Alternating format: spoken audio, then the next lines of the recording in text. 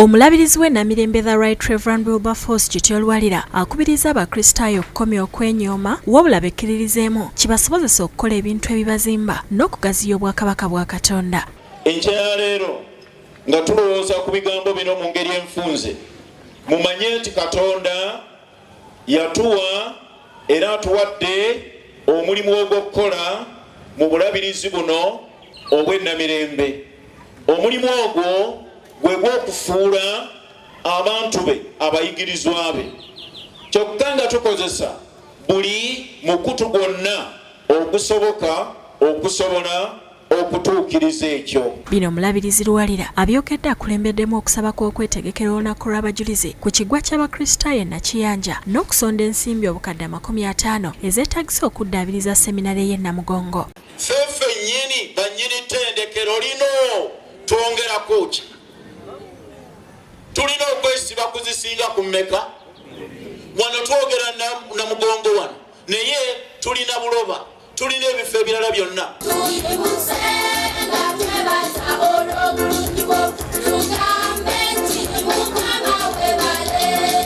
Okusaba kuno kutandise ssaawa 4 ez'okumakya nga kwetabiddwako bannaddiini bangi okuli Omulabirizi Lwalira ne mukyala we Faith Kitolwalira, Ssaabadinkoni w'obudinkoni bw'e Luzira, Venerable Isaac Membe Kijambo n'abakulembeze mu kkanisa ya Uganda mu biti eby'enjawulo. Era tuli wano ng'obulabizi bw'ennamirembe kusooka byonna nga twagala okumanyisa abakulisitaayo nti kino kyekifo kyaffe, okwongera okukitumbula ate era n'okwongera okukiwagira okulaba nga kivaamu. Kale olwaleero tubadde wano nga tutandisa ebikujjuko oba enteekateeka ez'okuteekateeka emikolo egyo okusitula abakulisitaayo n'okusitula ekifo kino okulaba nga kiva mu maanyi nga kyeyongera mu maanyi, kubanga Namirembe ye nnakazadde w'ekkanisa mu Uganda. Ate omulabirizi w'emukono James William Sebagala akubiriza abakulisitaayo okukulembeza Katonda mu buli kye bakola kubanga ye yekka atalemwa. Bino Omulabirizi Sebagala abyogeredde ku kkanisa ya St. Peters ey'ekijjukizo kya Nikodemu Ssebwato mu Busaabadinkoni bw'e Namataba. Agamba nti abantu bangi balaga mu bikolwa nti beesiga Katonda naye nga mu mitima gyabwe balimu okubuusabuusa okw'amaanyi ne bamala nga bakoze ebintu ebikontana n'enjigiriza ya Bayibuli. Omulabirizi era agenza okukwatizako abakulisitaayo b'ekitundu ekyo mu kawufe gwe baliko ow'okuzimba ekkanisa empya n'okusaaka abaana 65 emikono. Okuwaayo omutima gwange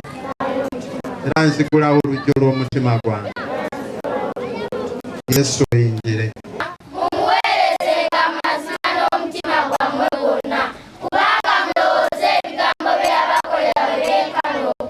Mukolo guno waliwo abakulisitaayo abalokose n'oluvannyuma ne batonera omusumba ebirabo. Sipiika w'olukiiko lwa disitulikiti y'Emukono James Kunobwa asabye abafumbo okubeera abeesigwa bw'alaze abantu amawulire ga Bukedde afulumya olunaku olwaleero omuli omusajja yakebeeza abaana be 5 nga ku bonna tekuli wuwe. Bw'osazeewo genda mu maka beera mwesimbu mu maka gulimu.